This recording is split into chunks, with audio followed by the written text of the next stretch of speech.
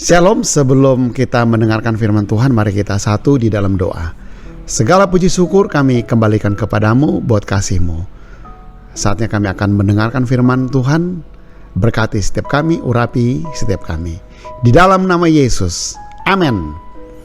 Puji Tuhan, hari ini kita akan belajar firman Tuhan di dalam pembacaan firman Tuhan Mazmur 1 ayat 1 sampai ayatnya yang ketiga.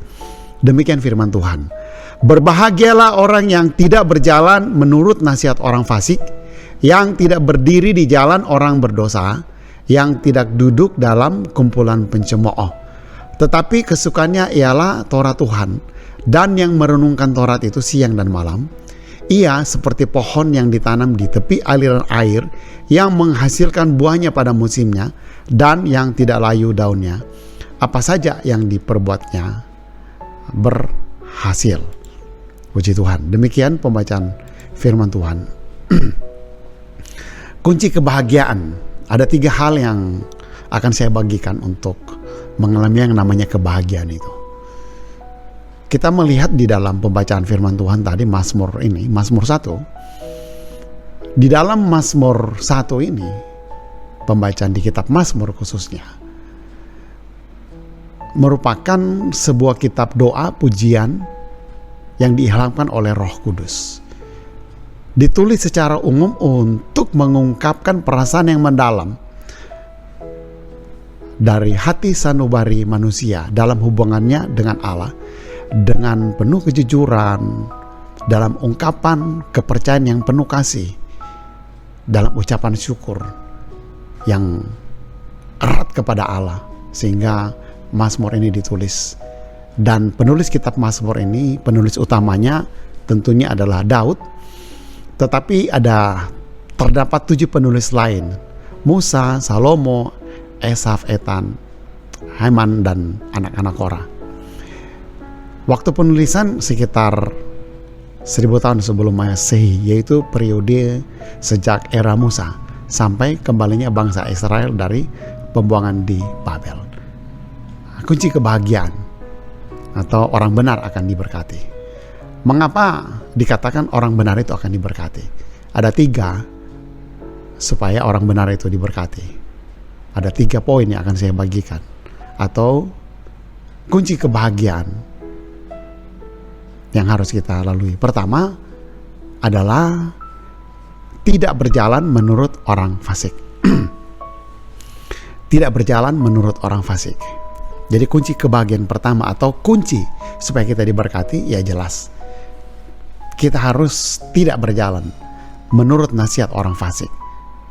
Apa itu orang fasik? Menurut Kamus Besar Bahasa Indonesia, orang fasik adalah orang yang percaya kepada Tuhan tetapi tidak mengamalkan perintahnya. Tidak mengamalkan perintahnya. Jadi percaya kepada Tuhan tapi tidak mengamalkan perintahnya. Mengetahui firman tetapi tidak melakukan firman, sama dengan orang fasik. Jadi orang fasik itu kesenangannya berbuat dosa. Perkataan dari mulutnya orang fasik itu penuh dengan kejahatan, penuh dengan tipu daya. Ia berhenti berlaku bijaksana. Kesenangannya berbuat jahat. Kejahatannya dirancang di tempat tidur. Itu orang fasik seperti itu. Di dalam Mazmur 36 ayat 1 sampai 4 saudara bisa baca di sana. Kejahatan dirancangkan di tempat tidur, sedang tidur saja merancangkan sebuah kejahatan. Jadi dia dengan sengaja, orang fasik itu, dia dengan sengaja menempatkan diri di jalan yang tidak baik. Apa yang jahat tidak ditolaknya. Kesenangannya melakukan kejahatan. Itu orang fasik. Kesenangannya mau melakukan hal-hal yang tidak baik. Berarti kunci kebahagiaan bagi orang percaya, pertama, kita tidak mau berjalan menurut nasihat orang fasik. Nah, pada zaman perjanjian lama, orang yang bersalah itu diperintahkan untuk menyampaikan kesaksiannya terhadap apa yang dilakukannya. Jadi orang yang bersalah itu dia harus menyampaikan kesalahannya di depan umum, kemudian dibandingkan dengan Taurat firman Tuhan. Apabila kemudian didapati bahwa kehidupannya tidak sesuai dengan Taurat Tuhan, maka mereka dikatakan sebagai orang fasik. Artinya, orang fasik itu adalah orang yang tidak memenuhi standar firman Tuhan. Demikian pada zaman itu disampaikan. Jadi, supaya kita diberkati, kita harusnya jangan berjalan menurut nasihat orang fasik. Karena orang fasik itu kesenangan adalah berbuat dosa. Tahu yang baik dan tidak melakukan kebaikan bisa dikategorikan orang fasik. Mengapa orang benar diberkati? Atau kunci orang diberkati yang kedua adalah tidak berdiri di jalan orang berdosa. Kalau pertama tidak berjalan menurut nasihat orang fasik, dan yang kedua tidak berdiri di jalan orang berdosa. Berbahagialah orang yang tidak berjalan menurut nasihat orang fasik, yang tidak berjalan atau tidak berdiri di jalan orang berdosa. Nah, di sini pertanyaannya, apa sih orang berdosa itu? Ya, definisi sederhana menurut saya, orang berdosa adalah orang yang gagal memenuhi standar firman Tuhan atau gagal memenuhi Taurat Tuhan pada zaman itu. Yang menjadi sebuah pertanyaan, apabila orang itu kesenangannya melakukan dosa. Nah, ini orang berdosa seperti itu. Kecenderungannya mau melakukan hal-hal yang berlawanan dengan firman Tuhan.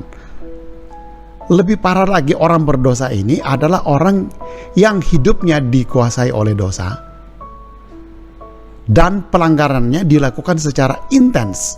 Pelanggarannya dilakukan secara terus-menerus. Berdosa.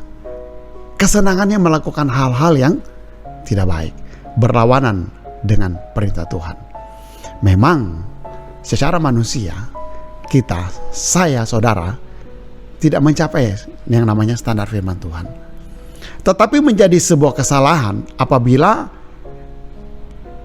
kita hidup di dalam dosa. Ini menjadi sebuah kesalahan apabila saudara dan saya hidup di dalam dosa.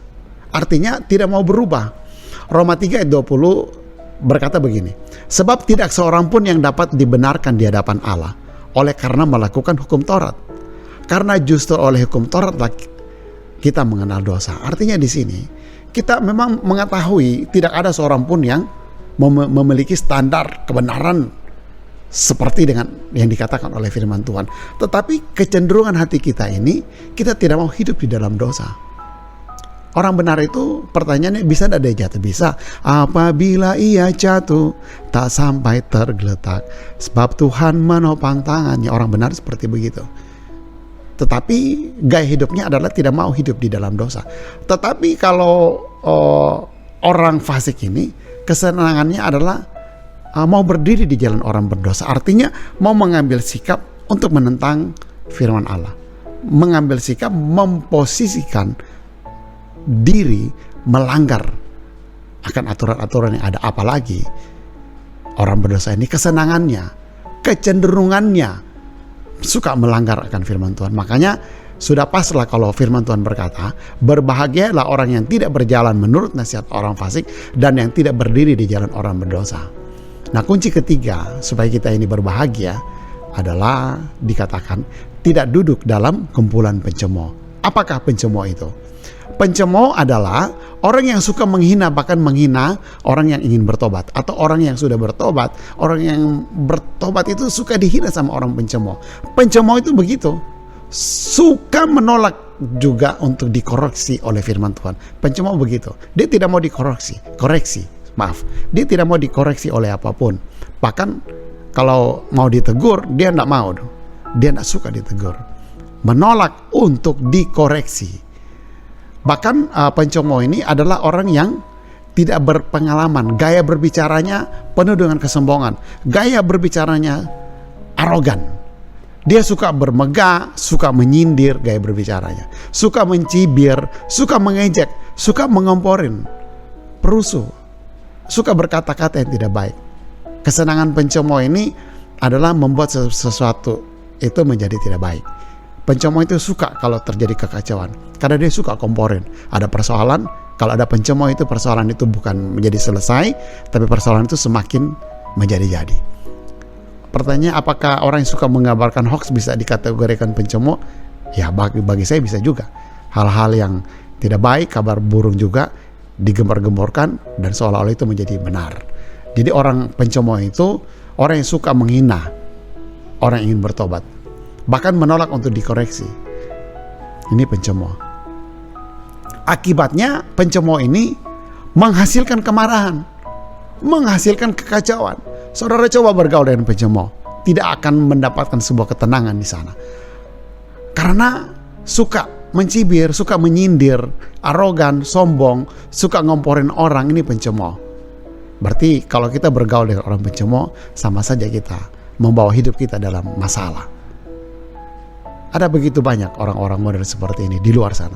Saya berharap saya dan saudara tidak masuk di kategori ini, tidak duduk dalam kumpulan pencemooh. Nah, orang yang benar seharusnya tidak dipengaruhi oleh kehidupan para pencemooh itu, tetapi dia membawa pengaruh yang baik.